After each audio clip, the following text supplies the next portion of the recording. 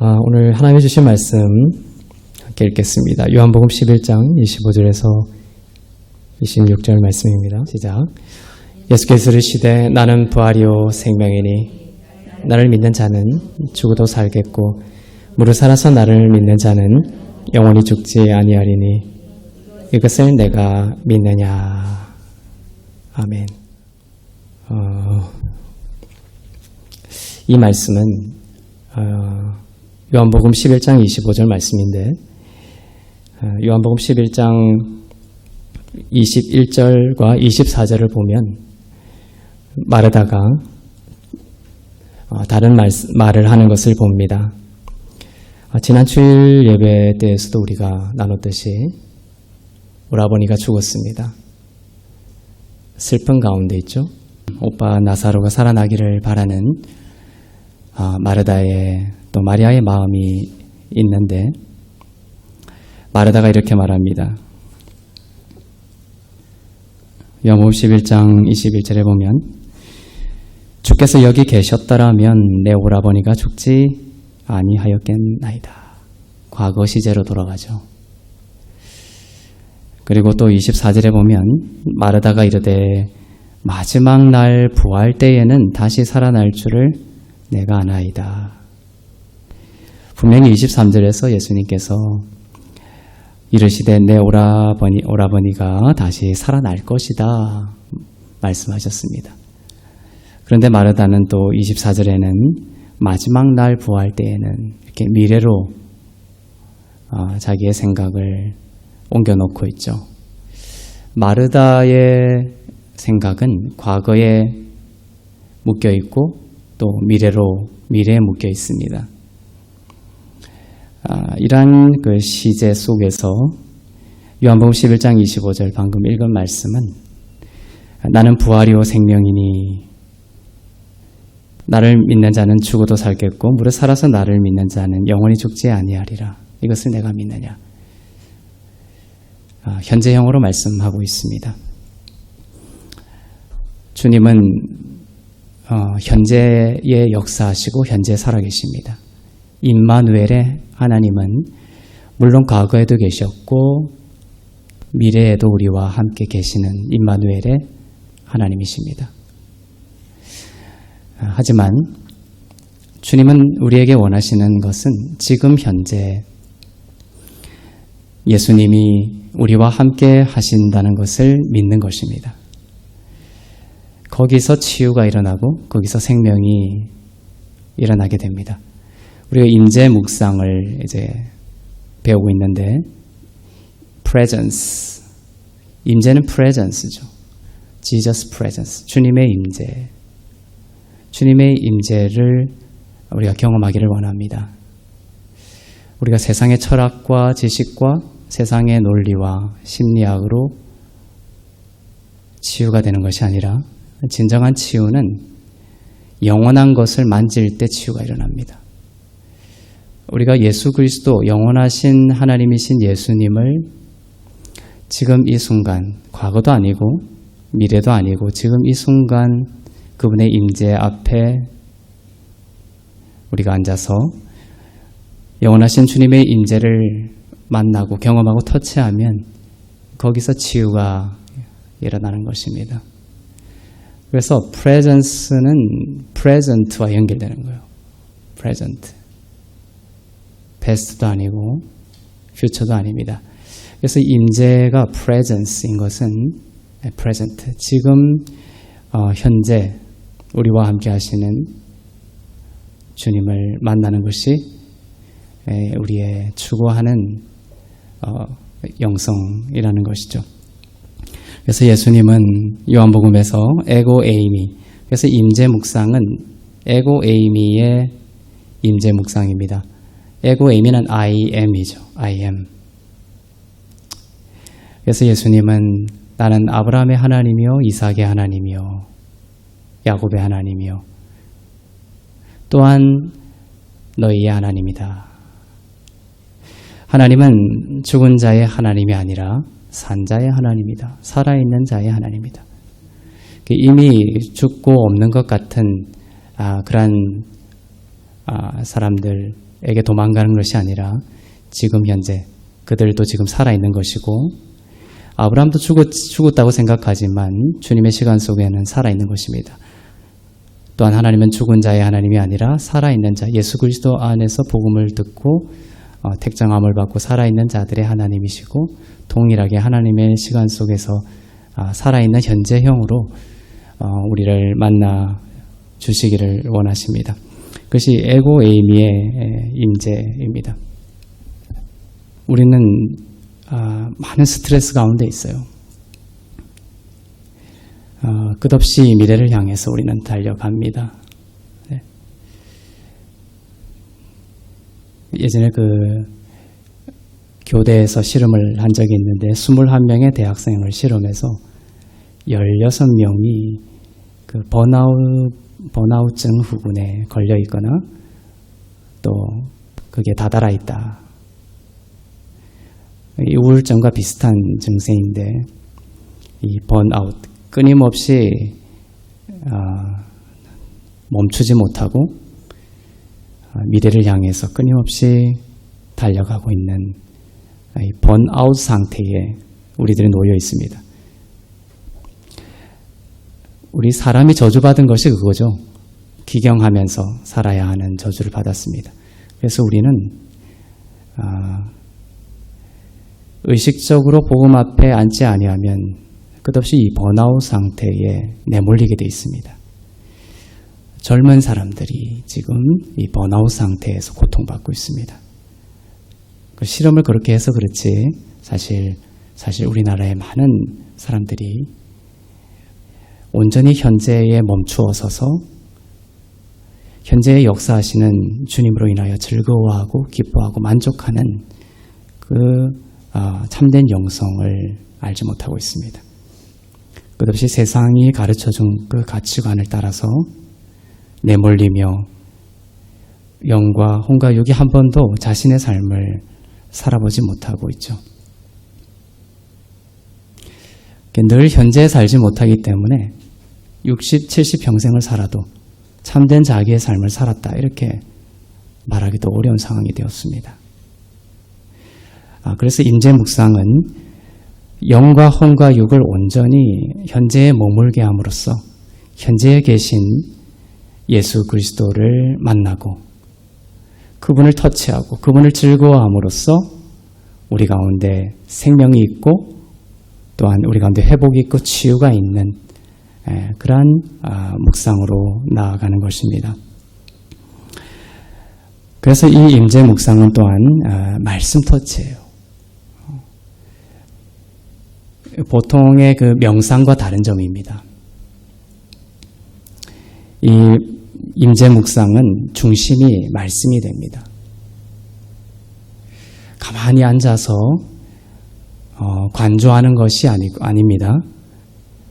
가만히 앉아서 뭔가 어떤 초월적인 것이 다가오는 것을 기다리기만 하는 것이 아닙니다. 이 임재 묵상은 말씀이 중심이 되는 것입니다. 그래서 말씀이 우리 가운데 흘러서, 왜냐하면 예수 그리스도는 말씀이시죠. 그래서 말씀이신 예수 그리스도가 이 임재 묵상의 중심이 되는 것입니다.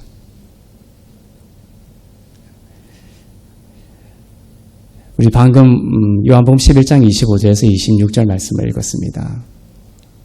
자, 오늘 임재 묵상에 대해서 약간의 실제를 할 텐데, 이러한 임재 묵상 속에 머물 때에 오늘 설교를 통해서나 또 말씀을 통해서나 하나님이 나에게 주신 말씀을 붙잡아야 되는 거예요. 그 임재 묵상은 묵상 자체가 능력이 되는 것이 아니라 말씀이 흐를 수 있는 그 길에 우리를 놓는 것입니다. 그래서 그 말씀이 묵상 가운데 흘러서 우리를 터치하고 우리를 회복시키고 치유시킬 수 있도록 말씀에 온전히 맡겨드리는 것이죠. 렉시오 디비나라는 거 아시죠? 가톨릭에서 지금도 하고 있는 것이고 오래된 전통입니다. 거룩한 읽기라는 것이에요. 그것은 지금도 이제 수사들이나 수도사들이나 또 그 가톨릭의 오래된 전통이죠. 묵상 방법입니다. 성경책을 읽고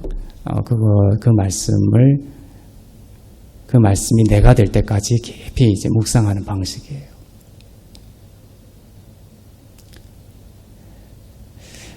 그런데 이제 제가 이 렉시오 디비나도 공부를 했고 또 이 많은 그 기독교 초기 기독교 또 기독교와 관련된 그 영성의 분야에서 해오는 그 모든 묵상의 방법들을 은혜의 복음적인 방식으로 총화시킨 거예요. 임재 묵상은. 그래서 2000년, 3000년의 오래된 그 어떤 묵상의 유익을 집약했다고 보면 될 수 있습니다. 이 렉시오 디비나와 또 다른 점은 뭐냐면은 그 말씀을 읽고 그 말씀이 물론 역사하는 힘이 있죠. 근데 우리는 더 들어가는, 임재 묵상은 더 들어가는 것이에요. 그 말씀이 우리 가운데 진리로 계속해서 터치하고 흐를 수 있도록 은혜의 복음적인 그 말씀의 빛을 계속해서 조명해 주는 것입니다. 하나님이 주신 오늘의 말씀이 있죠. 원 센텐스를 여러분이 한번 잡아보세요. 오늘 아침에 큐티나 지금 읽은 말씀이나 또 하나님께서 여러분 마음 가운데 강력하게 주시는 여러분에게 주시는 말씀이 있을 거예요. 한 센텐스. 그 한 문장을 여러분이 마음에 깊이 잡고 임재 묵상 속으로 들어갑니다. 말씀이 중심이 되어야 되는 것이에요. 불교와 다른 것이죠. 하나님의 말씀이 중심이 됩니다. 그런데 그 말씀을 계속해서 중심에 잡은 상태에서 임재 묵상으로 들어가는 거예요. 호흡 묵상으로 들어가고 그 다음에 걸음 묵상으로 들어가는 것입니다.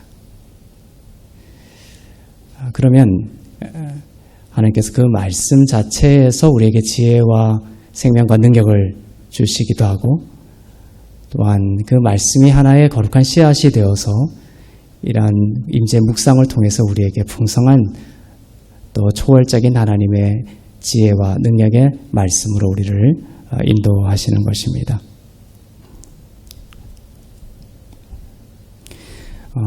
그래서 가톨릭과 달리 이것은 은혜의 묵상이다. 그래서 사실 신학이 중요하지 않은 것이 아닙니다. 신학 없는 어떤 복음은 없습니다. 사실은. 그래서 무슨 신학은 인간의 학문인 것처럼 얘기하면서 신학은 불필요하다는 사람이 있지만 바른 신학이 중요한 것이죠. 율법적인 신학이냐 아니면 은혜 복음적인 신학이냐가 중요합니다.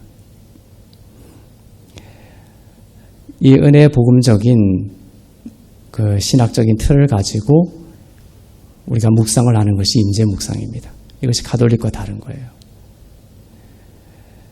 내가 하나님을 오해하고 있고 내가 하나님을 은혜의 하나님으로 바라보지 못하고 나를 저주하고 심판하고 나를 벌주시는 하나님으로 생각하는 신학 속에 갇혀 있다면 렉시오 디비나를 아무리 해도 나에게 능력이 되지 않는 거예요. 오히려 내 생각이 더 높아져서 그 묵상 자체가 나를 더욱 큰 괴로움과 고통으로 밀고 갑니다. 그래서 우리는 우리 가운데 은혜의 복음 또 은혜의 복음의 그 신학이 말씀을 통해서 듣고 들으면서 깊이 있게 하나의 신학적인 틀을 형성할 필요가 있습니다. 은혜 복음적인 신학적인 공부가 필요한 것이죠. 이렇게 믿음의 기초가 이렇게 든든히 세워져 있을 때 그것이 같이 함께 이러한 임재 묵상으로 들어갈 때 우리에게 큰 능력이 된다라는 것입니다. 이 임재 묵상에 대한 그 필요성 또 실제적인 것들을 우리가 지난 두 번의 강의가 있었습니다. 그 강의 속에서 또 자세한 설명을 우리가 함께 나누었습니다. 그래서 그 필요한 이론적인 부분들 여러분들이 다시 한 번 더 시청하고 또 들으면서 숙지할 필요가 있다고 생각이 들고 오늘은 그것을 반복할 필요는 없을 것 같고요. 어떤 실제적인 부분들에 대해서 조금 더 나눠보도록 하겠습니다. 잠시 방금 읽었던 요한복음 11장 25절 26절 말씀이 먼저 중심이 돼야 한다고 했죠. 그리고 오늘 또 큐티나 또 혹은 오늘 여러분에게 주신 말씀의 한 문장이 있을 겁니다. 그런 것들을 우리가 한 1, 2분 정도 잠시 눈을 감고 그 말씀을 내 심령 가운데 깊이 소유하는 묵상하는 시간을 잠시 갖도록 하겠습니다.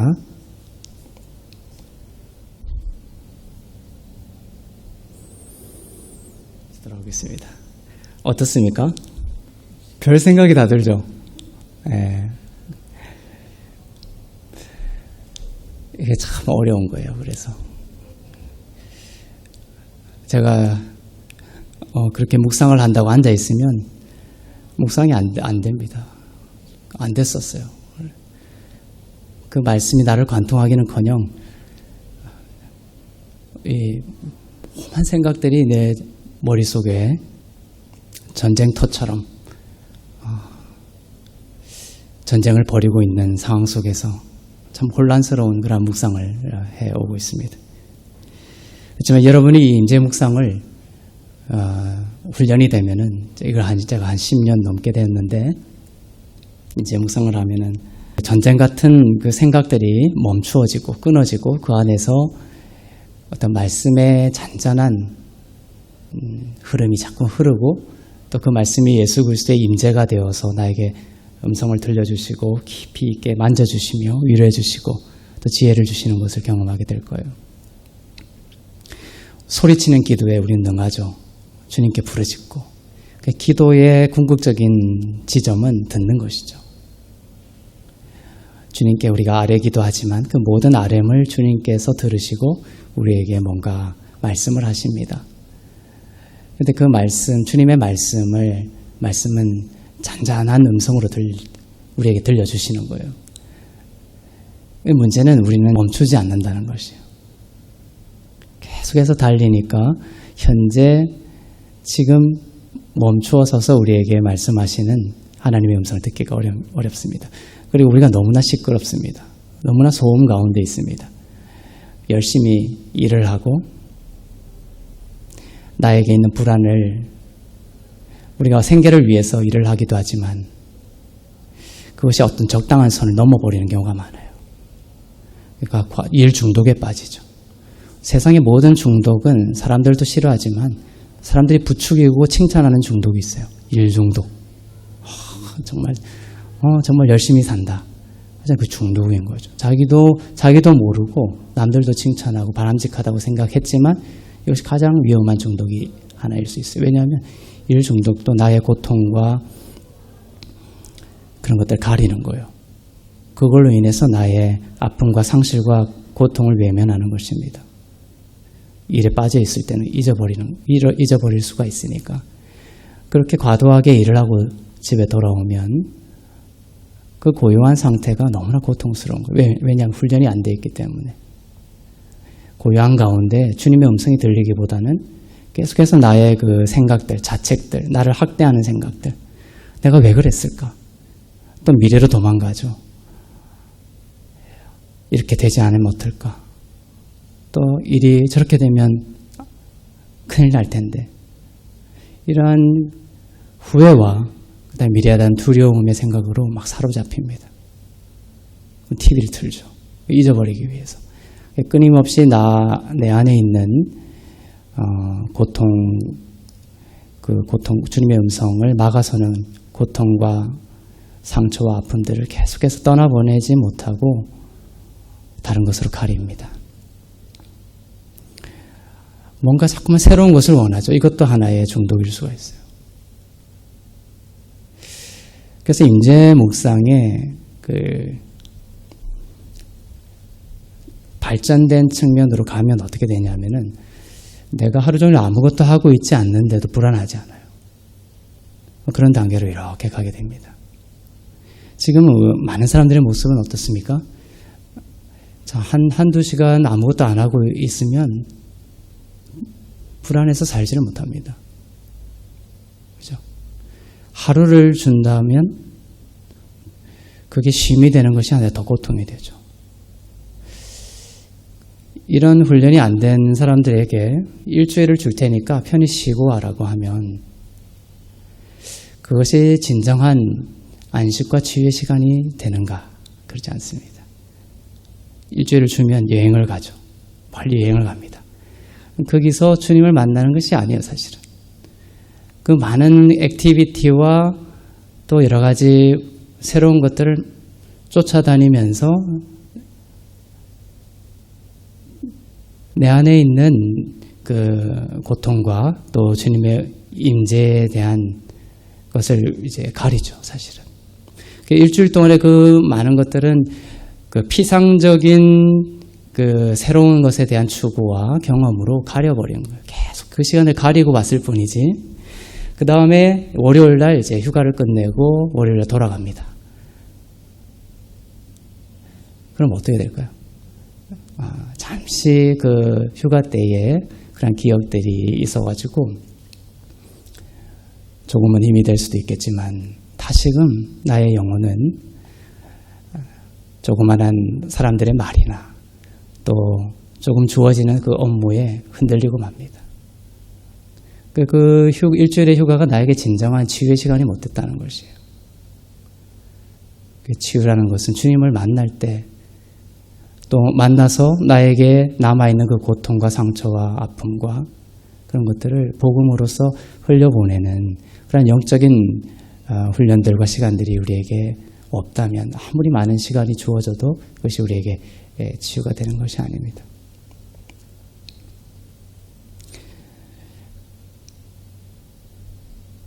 그래서 지금 우리가 방금 읽은 말씀과 주신 말씀을 두고 한 1분, 2분 묵상을 했습니다. 그러니까 마음속에 생각 속, 머릿속이 다른 온갖 생각들이 침투해 들어와서 나를 혼란스럽게 하죠. 한마디로 하면 쓸데없는 생각입니다.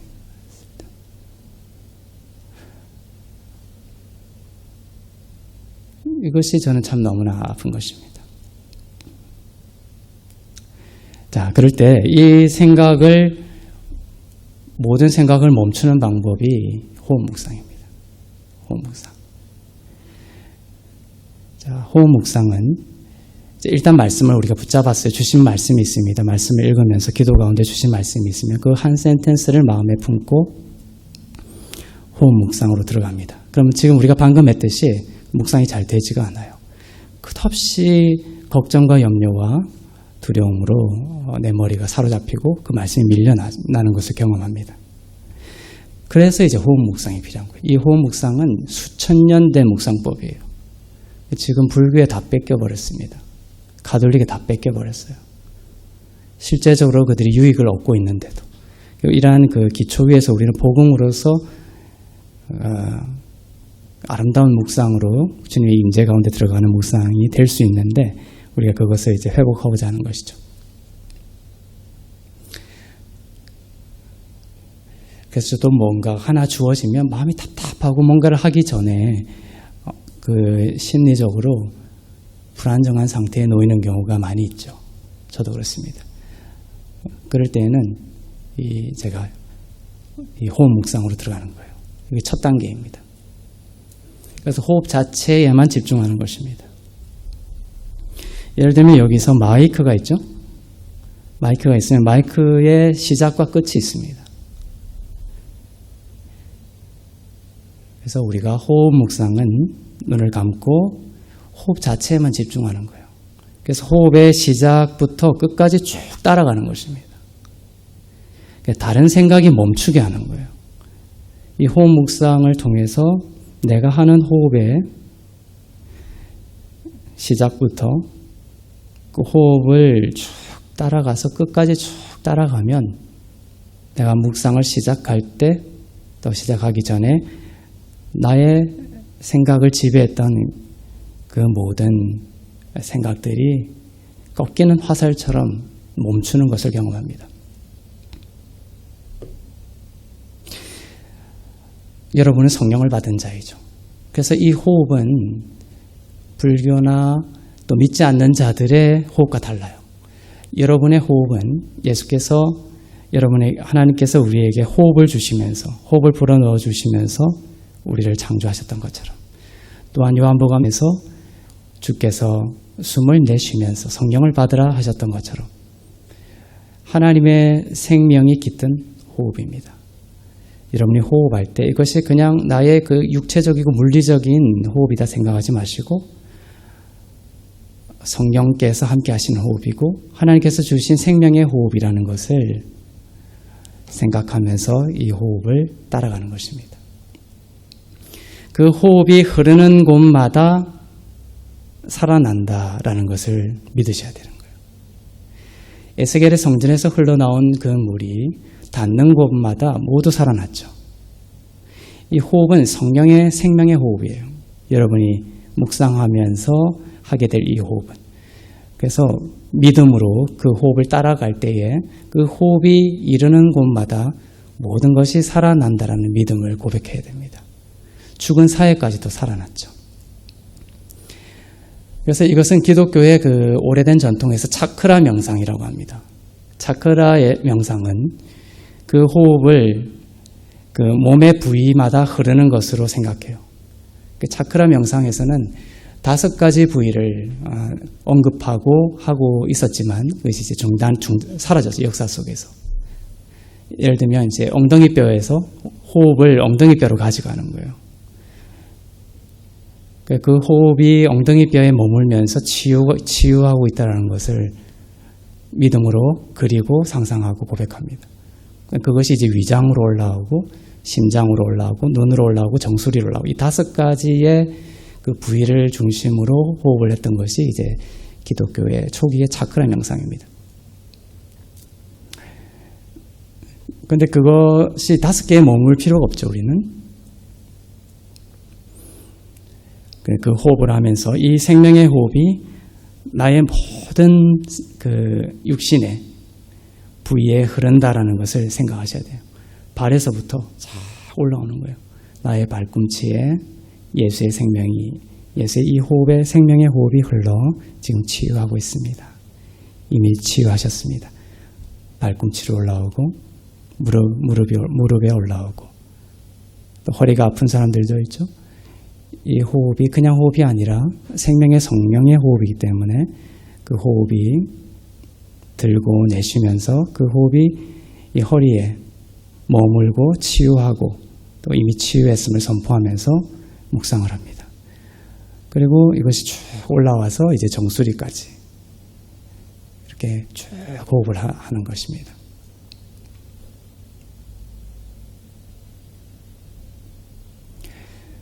자, 이것이 이제 호흡의 첫 단계는 호흡 자체에 집중을 한다.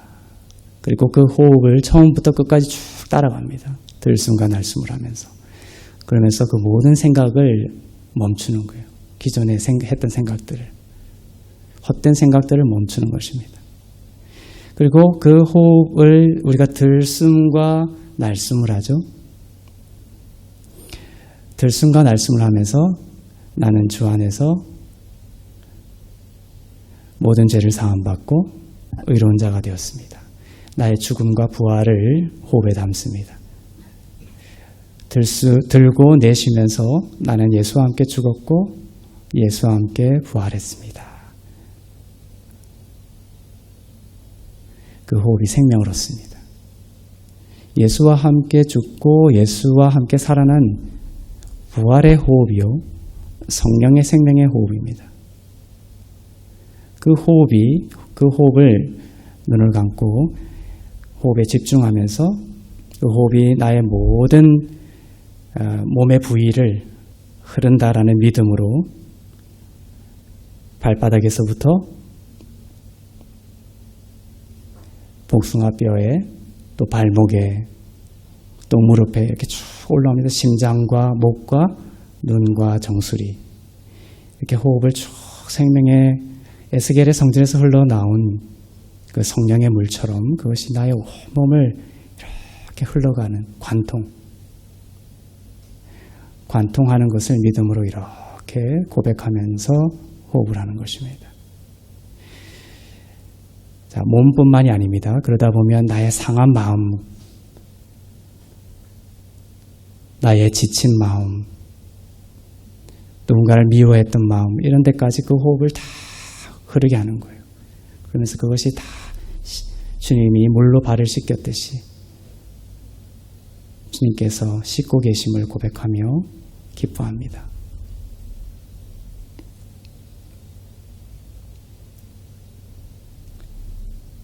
자, 이것이 호흡의 첫 단계입니다.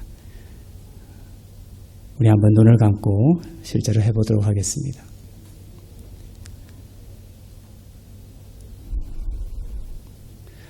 자, 이제 호흡 자체에 집중을 하도록 하겠습니다.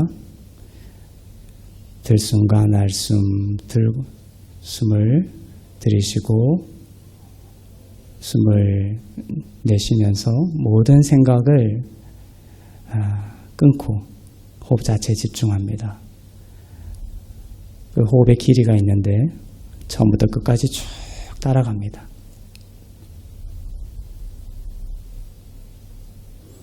이것은 주님이 주신 생명의 호흡입니다.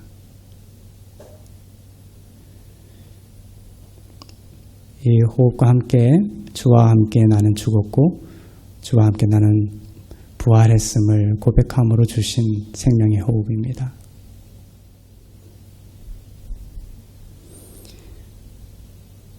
네, 숨을 들이쉬고 숨을 내쉽니다. 자, 숨에 처음부터 끝까지 따라가겠습니다.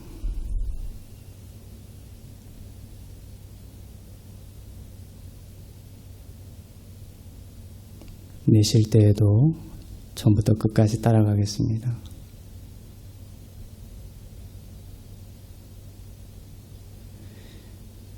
자, 이제 끝까지 따라가면서 쉬면서 고백합니다. 나는 주와 함께 죽고 주와 함께 부활하였습니다. 난 주와 함께 죽고 주와 함께 살아난 생명입니다.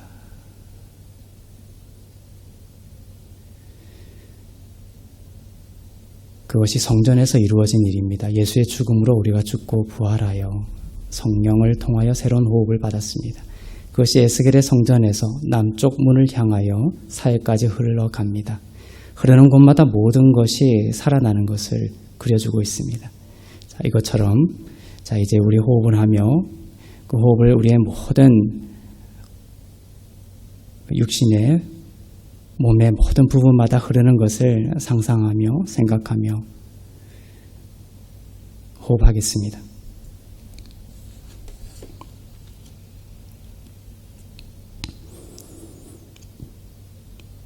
예수의 생명이 나의 발목을 치유하고 춤추게 합니다.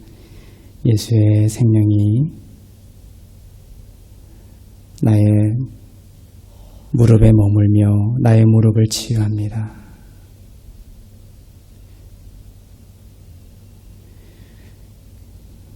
예수의 생명이 나의 허리에 머물고 나의 허리를 치유하며 살아나게 합니다. 주께서 치유하셨음에 감사합니다. 이렇게 몸의 부위에 흐르는 것을 묵상하다 보면 또 생각이 나를 침투해 들어옵니다. 그런 것을 느낍니다. 저도 마찬가지예요. 이것은 계속 평생 그런 침투가 있습니다. 그럴 때 어떻게 하냐면 다시 처음 자리에 돌아가는 거예요. 다시 호흡 자체를 묵상합니다. 이것이 훈련이 되면은 처음 자리로 돌아가는 것과 또 흐르는 것이 자연스러워집니다. 스스로를 자책하지 말고 처음 자리로 돌아가면 되는 거예요. 그 생각이 끊어집니다. 호흡 자체를 묵상하고 예수와 함께 죽고 부활한 이 생명의 호흡이 나의 모든 몸에 흐르는 것을 내가 봅니다. 우리가 중요한 일을 앞두고 있거나 누구를 만나거나 또 누군가를 초대했거나 이 마음의 평화가 깨질 때가 있죠. 그 두렵고 막 염려가 되고 할 때 말씀을 붙잡고 이 호흡 처음 자리로 돌아가면 큰 유익이 있어요. 예전에는 제가 학생일 때도 교수님을 만나거나 또 제가 생각하기에 참 어려운 분들 만날 때 예를 들면은 그럴 때 마음이 참 많이 불안했던 것 같아요. 두렵고. 근데 제가 이 호흡 묵상을 하면서 그런 불안이 있을 때 호흡으로 들어갑니다. 그런 그 두려움의 생각들을 다 끊어버리고 이 호흡 묵상을 통해서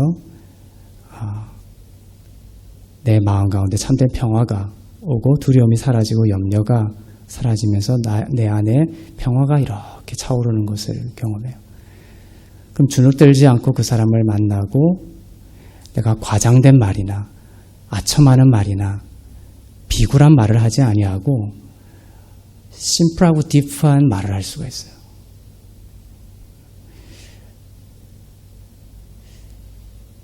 이 호흡 묵상을 통해서 나의 예수 그리스도의 임재 가운데 내가 들어가지 못하고 내 생각이 사로잡히면 내가 이 사람한테 잘 보여야 되는데 내가 이것을 반드시 내 생각대로 끌고 가야 되는데 이 세계, 피상적인 세계에 묶여 있으면서 그 사람을 만나면서 말을 하다 보면은 아첨하는 말을 하게 되고 과장된 말을 하게 되고 불필요한 말을 하게 되고 헛된 말을 하게 되고 비굴한 말을 하게 되고 그 사람이 제시하는 부정한 말에 걸려 넘어가는 거예요.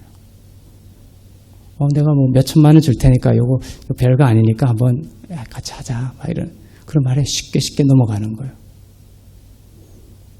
내 안에 하나님의 나라와 임재가 딱 세워져 있지 아니하면 이 불안과 두려움과 걱정이 모든 생각과 관계를 끌고 가는 거예요.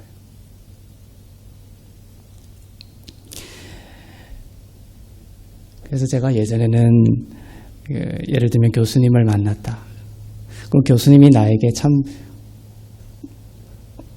나의 어떤 길을 여는 데 있어서 중요한 분이다. 이러면은 그 교수님한테 잘 보이려고 내 마음 상태가 싹 세팅이 되는 거예요. 그럼 만나서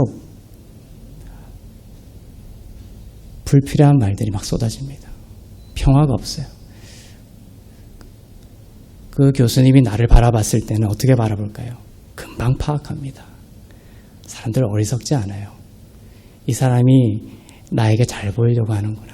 아니면은 이 사람은 나에게 잘 보이려고 하는 것이 아니라 이 사람 안에 평화가 있구나. 이 사람은 진짜구나. 이 사람은 사람을 의식하는 것이 아니라 뭔가 그 사람 안에 기쁨이 있고 밝음이 있고 세상의 가치관과 사람에게 좌우되지 않는 어떤 뭔가가 있다는 것을 알게 돼요. 그러면 그 사람은 반드시 중요한 순간에 이 사람을 떠올려서 이 사람과 같이 하고자 할 거예요. 그리고 자기가 고통당할 때 이 사람을 찾을 거예요.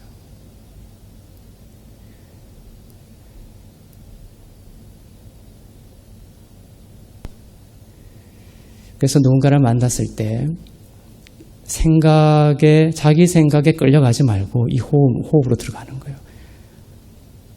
내 생각을 초기화해서 이곳에 말씀이 흐르도록, 평화가 흐르도록, 기쁨이 흐르도록, 사랑이 흐르도록 잔잔히 머뭅니다. 하나님께서 간단하지만 능력 있는 말씀을 주세요.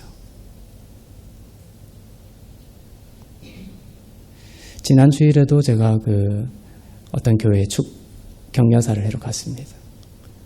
우리 교단을 만드신 박조준 목사님이 제 옆에 앉았어요. 저희 학교 선배님이시기도 하고 얼마나 어려운 자리니까 저를 그 옆에 앉히더라고요.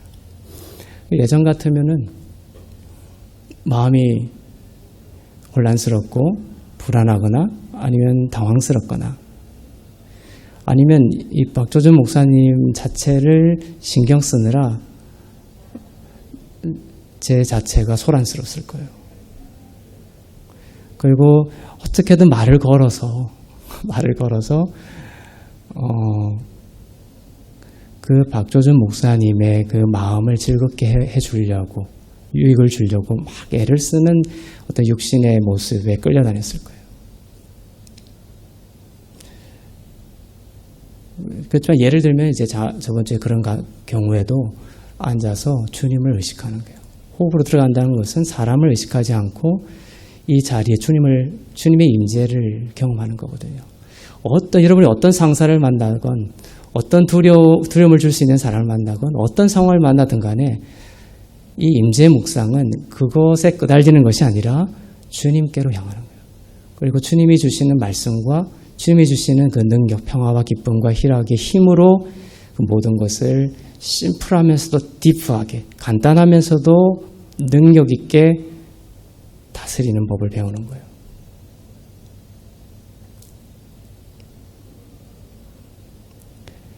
사람에게 신경 쓴 평화가 없습니다. 내가 우리 박조준 목사님한테 여러 가지 헛된 말과 과장된 말과 성숙하지 못했다면 또 비굴한 말로 그렇게 다가간다면 그 자리에는 그 관계 속엔 평화가 없어요. 어떤 그 상대방으로 인해서 평화가 흘러오는 것이 아니라 내가 하나님의 나라로 그 임재 묵상을 통해서 그곳에 그리스도를 만나고 초청하고 깊이 하나님의 평화가 차오르면, 기쁨이 차오르면 그 평화가 흘러가는 거예요. 그 자리 자체가 평화의 자리가 됩니다. 막 와서 다른 사람이 하는 것처럼 막 머리를 90도로 숙여가지고 이렇게 하지 않죠. 내 안에 주신 하나님의 박조준 목사님을 향한 축복의 말씀을 간단하면서도 파워풀하게 하는 거예요.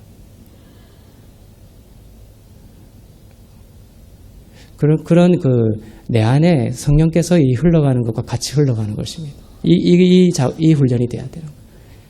나의 경험과 나의 생각에 자꾸 끌려다니지 말고 든든히 서면 반드시 그 사람은 여러분 안에 있는 하나님의 나라를 보게 돼 있습니다.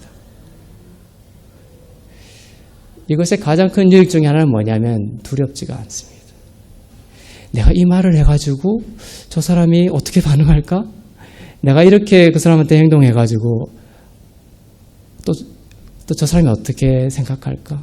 나쁜 일이 생기지 않을까? 왜냐하면 이것이 성령으로부터 흘러온 말과 행동이 아니거든요. 그래서 늘 나는 두려움에 사로잡혀 이걸 의심하는 거예요.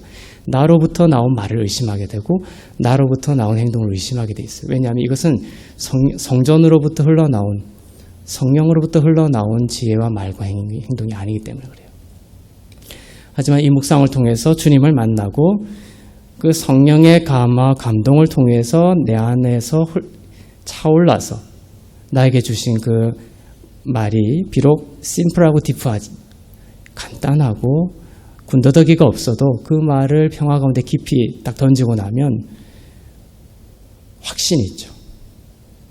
왜냐하면 이것은 사람으로부터 나온 것이 아니라 적어도 현재 나에게 주신 하나님의 음성으로부터 나온 음성이고 말이고 행동이기 때문에 하고도 두렵지가 않습니다. 주님께 맡길 수가 있는 거예요. 주님 일하시옵소서. 그 사람이 뭐라고 하든 나는 확신과 기쁨 가운데 알 수가 있습니다. 가장 큰 유익은 물론 주님과 깊어지는 거예요. 주님과 만나고 주님의 임재 가운데 있고 이것은 가장 큰 위대한 상급이고 선물이고 가장 위대한 우리의 추구점이에요. 이것을 한다는 거죠. 그러니까 주변에 뭔가가 상황이 이제 이런 것들을 통해서 좋아지고 하는 것은 열매일 뿐입니다. 가장 중요한 것은 24시간 순간순간 내가 그리스도의 임재로 들어가는 거예요. 주님을 만나고 주님을 향하고 주님을 추구하고 그러면 그것이 나의 삶을 부유하게 하고 나의 삶을 깊이 있게 만드는 것입니다. 그래서 큰 사자가, 내 머리보다 큰 사자가 입을 다 벌리고 나의 머리를 삼키려고 내 앞에 으르렁거려도 눈 하나 깜짝하지 않는 거예요.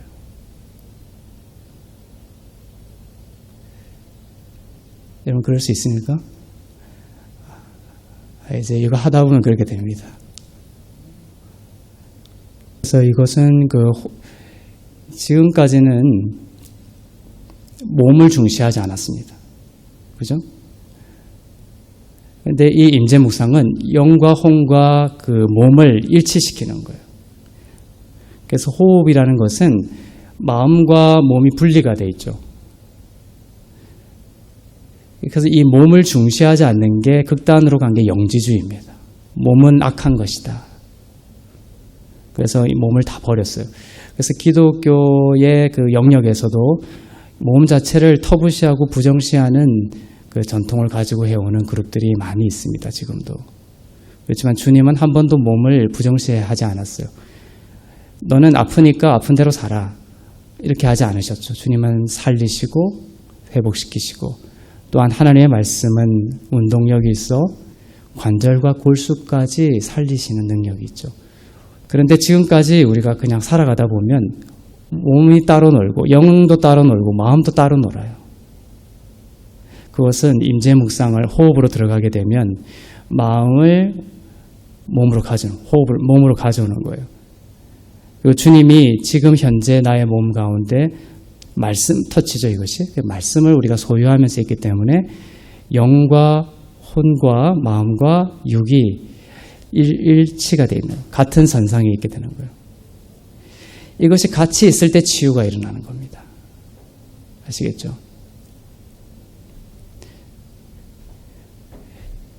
이 현재적 치유가 일어나면 과거적 치유까지 다 같이 일어납니다. 왜냐하면 이 현재의 모든 과거가 다 담겨있기 때문에.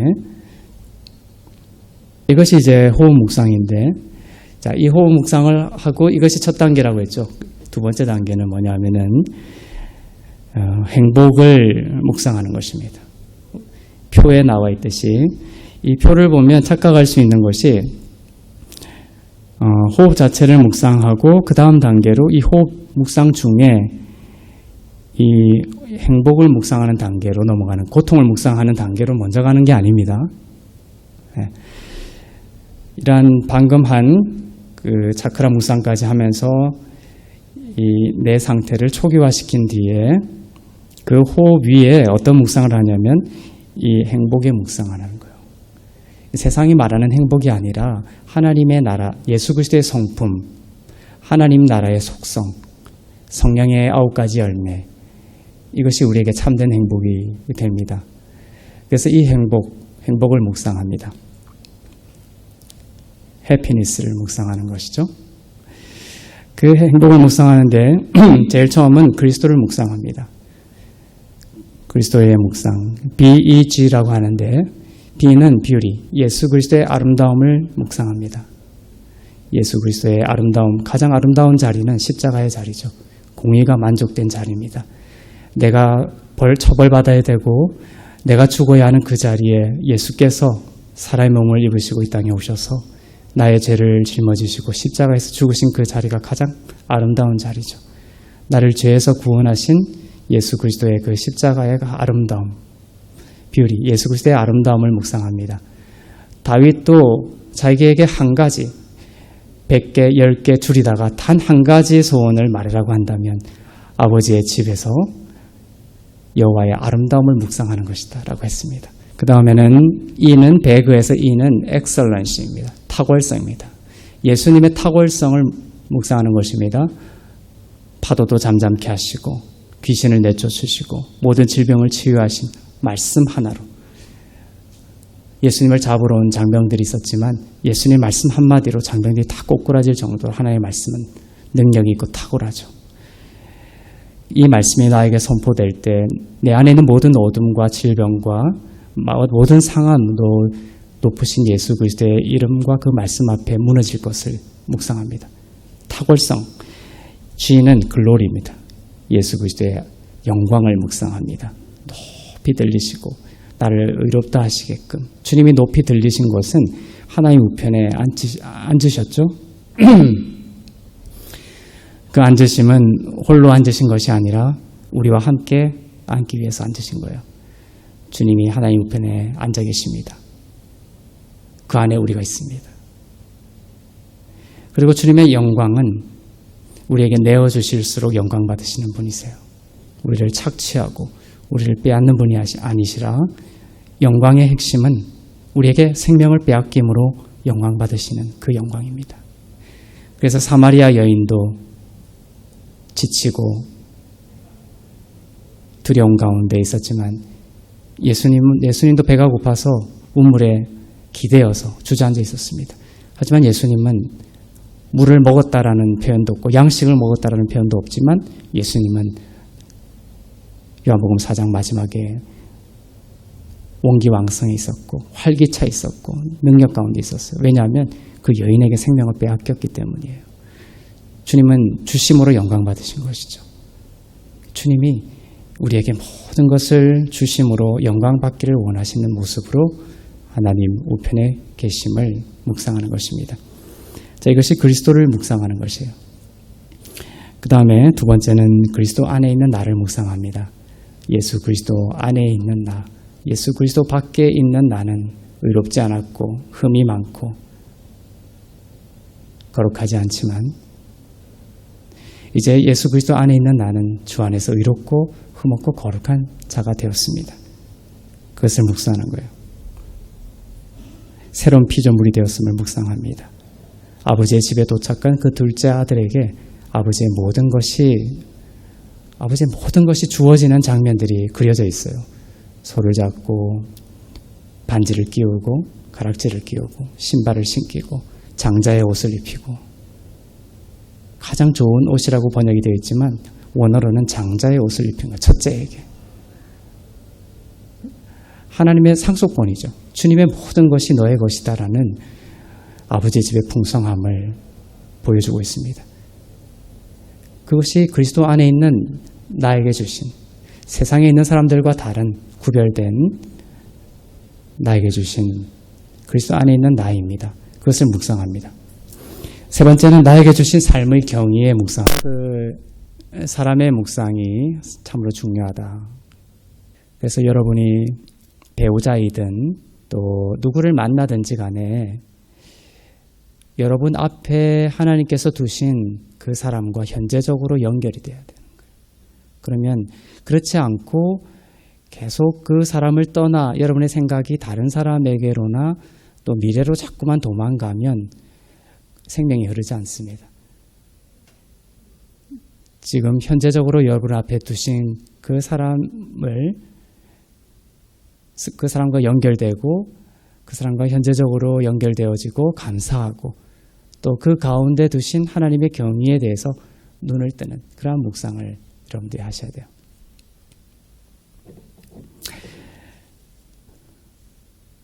자, 이러한 그 행복을 묵상하다 보면 이제 고통이 떠오를 때가 있습니다. 여러분 안에 있는 상처와 두려움과 그러한 외로움의 쓴뿌리들이 자꾸만 올라올 때가 있습니다. 올라오게 되는 것을 느껴요. 그것을 그냥 무시하거나 덮어두는 것이 아니라 복음 묵상으로 복음 안에서 처리하는 것, 떠나보내야 되는 것입니다. 품고 떠나보내는 것입니다. 그래서 이제 고통으로 그때 넘어오는 거예요. 호흡 묵상을 할 때 고통의 묵상을 거쳐서 행복으로 가는 것이 아니라 행복을 먼저 깊이 묵상하고 그 다음에 그 사이에서 고통이 또 오르면 그 고통을 처리하는 거예요. 처음은 인지입니다. 그 고통이 또 오르는 것을 인지하죠. 내 가운데 두려움이 막 오면 그 두려움을 내가 인지합니다. 그 다음에는 이해와 연민으로 껴안기입니다. 왜 내가 두려워했을까를 깊이 들여다보는 거예요. 그래서 내가 사람을 두려워 하나님을 신뢰하고 하나님의 능력을 믿는 것이 아니라 사람을 더 두려워했기 때문에 또 내가 더 자녀에게 묶여 있었구나. 또 내가 내 부족한 재정에 두려워했구나. 하나님보다 뭔가 상황과 또 어려움과 사람 자체를 두려워하고 묶여 있었던 나의 마음을 발견하게 되면서 그것을 이해하는 거예요. 이런 것에 묶여 있으면서 너가 얼마나 힘들고 고통스러웠는지를 이해하는 것입니다. 그리고 그러한 나를 다독여주고 그 다음에 떠나보내는 거예요. 이러한 주님이 십자가의 보혈로 이 모든 두려움을 처리하셨죠. 그러니 이러한 두려움, 재정에 대한 두려움, 또 사람을 의식하고 사람을 두려워했던 이 모든 두려움들이 예수 그리스도의 십자가의 죽음으로 함께 죽었다라는 것을 고백하고 선포하며 떠나보내는 것입니다. 그러면서 잘가 웃음으로 미소로 떠나보내는 거예요. 그것을 무시하고 놔두면은 언젠가는 그 고통이 더 커져서 나를 더 아프게 더 심하게 찌를 것입니다. 하지만 묵상 가운데 그러한 고통이 떠오른다면 인지하고 그 다음에 이해하고 엄마가 아기를 품에 품듯이 우는 아기를 품듯이 꼭 품고 있는 거예요. 너가 이것 때문에 예수님이 이것을 다 처리했는데 하나님께 모든 능력이 있는데 그럼에도 불구하고 너가 여기에 묶여서 참으로 고통스러워했구나. 이제 그러지 않아도 되는데 그래서 나의 그 새로운 피조물인 나를 이렇게 안아주는 거예요. 다독여주는 것입니다. 울고 있는 나를 embrace, 안아주는 거예요. 아버지의 집에 도착한 둘째 아들을 아버지가 안아주셨다고 돼 있죠. embrace, 안아주셨던 것처럼 그렇게 안아주는 것입니다. 그러면 우는 아이가 엄마 품속에서 한 2, 3분 있으면은 그 울음을 멈추고 평화를 찾듯이 그 고통도 잠잠해지게 되는 것을 경험하게 될 거예요. 그러니까 이러한 에너지들이 어디서 나오냐면 이 행복에 대한 묵상에서 나오는 거예요. 그래서 이 행복의 묵상이 먼저 중요합니다. 고통을 먼저 직면하면 이걸 해결할 수 있는 에너지와 능력이 없어요. 그래서 예수 그리스도의 임재로 들어가서 주님의 임재 가운데 주님이 나에게 흘려주시는 그러한 놀라운 임재의 에너지, 임재의 그 능력으로 이 고통을 떠나보낼 수 있는 능력을 여러분이 갖게 되는 것이에요. 이제 마지막으로 걸음 묵상인데요. 걸음 묵상은 아버지의 집에 둘째 아들이 도착한 그 모습을 여러분들이 상상을 하십시오. 이것은 걷기 위해서가 아니라 멈추는 훈련입니다. 사실은. 걸음 묵상이지만 사실은 멈추는 거예요. 그래서 호흡 묵상이 기초가 됩니다. 호흡 묵상도 멈추는 것이죠. 걸음 묵상도 마찬가지입니다. 아버지의 집에 도착했고 내가 더 이상 달릴 필요가 없음을 묵상하는 것입니다.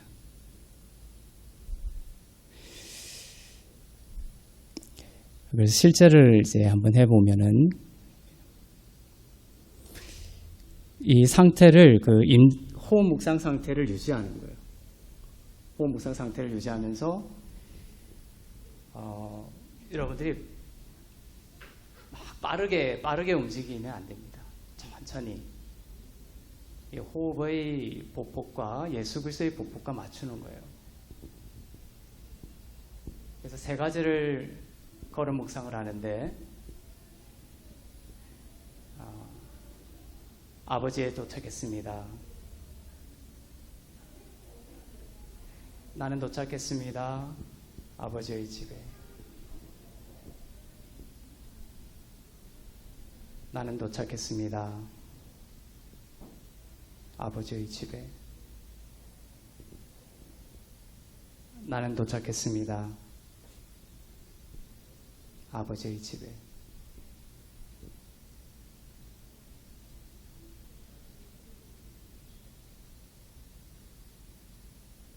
하나님이 나를 참 사랑하십니다. 하나님이 나를 참 사랑하십니다.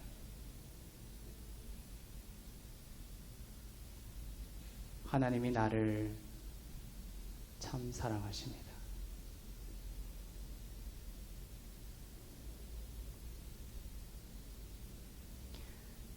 주님 감사합니다. 이 모든 것을 주님 감사합니다. 이 모든 것을 주님 감사합니다. 이 모든 것을. 그래서 이 걸음 묵상을 통해서 여러분은 매 순간 진짜 삶을 살 수가 있어요.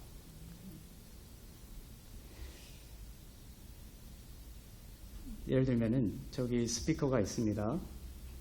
그 스피커에 어떤 것을 켜기 위해서 제가 갑니다. 그럼 보통은 이렇게 가죠. 이렇게 하죠. 자, 그러면 여기서 시작되는 시점부터 여기까지의 시간이 여러분의 삶에서 삭제가 되는 거예요. 없는 시간이 되는 겁니다. 무슨 말인지 알겠죠? 그래서 이 시간 동안도 내가 살아있는 거예요. 가면서 묵상하는 거예요. 이 시간 동안 이 모든 것을 다 묵상하기는 힘들 수 있죠. 나는 도착했습니다. 아버지의 집에. 하나님이 나를 참 사랑하십니다. 이렇게 다 갈 수 있는 그런 상황은 이제 못 되지만 핵심은 뭐냐면 이 시간들을 즐거워하는 거예요. 누리는 것입니다. 기뻐하는 것이에요. 그래서 내가 뭔가 그 성취를 위해서 막 달려가는 것이 아니라 저게 뭔가를 내가 전원을 켜야 되겠다고 하면 걸음을 가면서 그 모든 순간순간을 내가 아버지의 집에 도착했다라는 기쁨의 영으로 이 모든 시간들을 즐기는 것이에요. 그러면 이 시간이 무의미한 시간이 아니라 여러분 삶 가운데 존재했고 존재하고 살아있는 시간이 되는 거예요. 무슨 말인지 알겠어요? 근데 여러분이 저녁에 눈을 감고 한번 오늘 하루를 어떻게 살았는지를 한번 떠올려 본다면 늘 뭔가 있으면 달려가고 그래서 여기 있으면 또 갔다가 어떤 포인트는 살아있는데 살아있지를 못한 거예요. 진짜 삭제된 시간들이 너무 많은 거예요.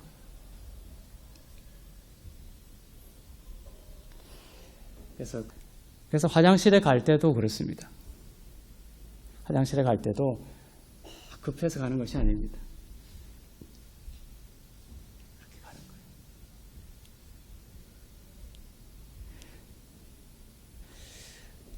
그래서 오늘 그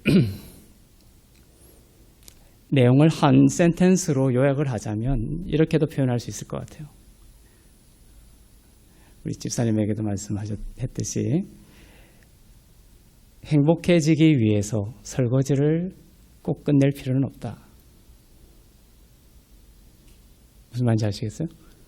행복해지기 위해서 설거지를 꼭 끝낼 필요는 없다. 그러니까 우리는 빨리 설거지를 할 때에도 이 설거지를 빨리 끝내고 뭔가 다른 일을 해야 행복하다라는 데 사로잡혀 있죠. 그래서 그 설거지의 시간이 삭제되는 거예요. 내 삶에서 고통의 시간이고 무의미한 시간이고 노동의 시간일 뿐이지 나에게 즐거움을 주고 주님을 만나는 시간이 아닌 거예요. 그렇지만 우리 하나님의 임재 연습을 썼던 로렌스 형제는 그 수돗물에서 설거지를 하면서 수돗물에서 흘러내리는 그 시원한 물이 자기 피부에 닿는 것을 통하여 그리스도의 임재를 느끼고 찬양을 했어요. 그런 것처럼.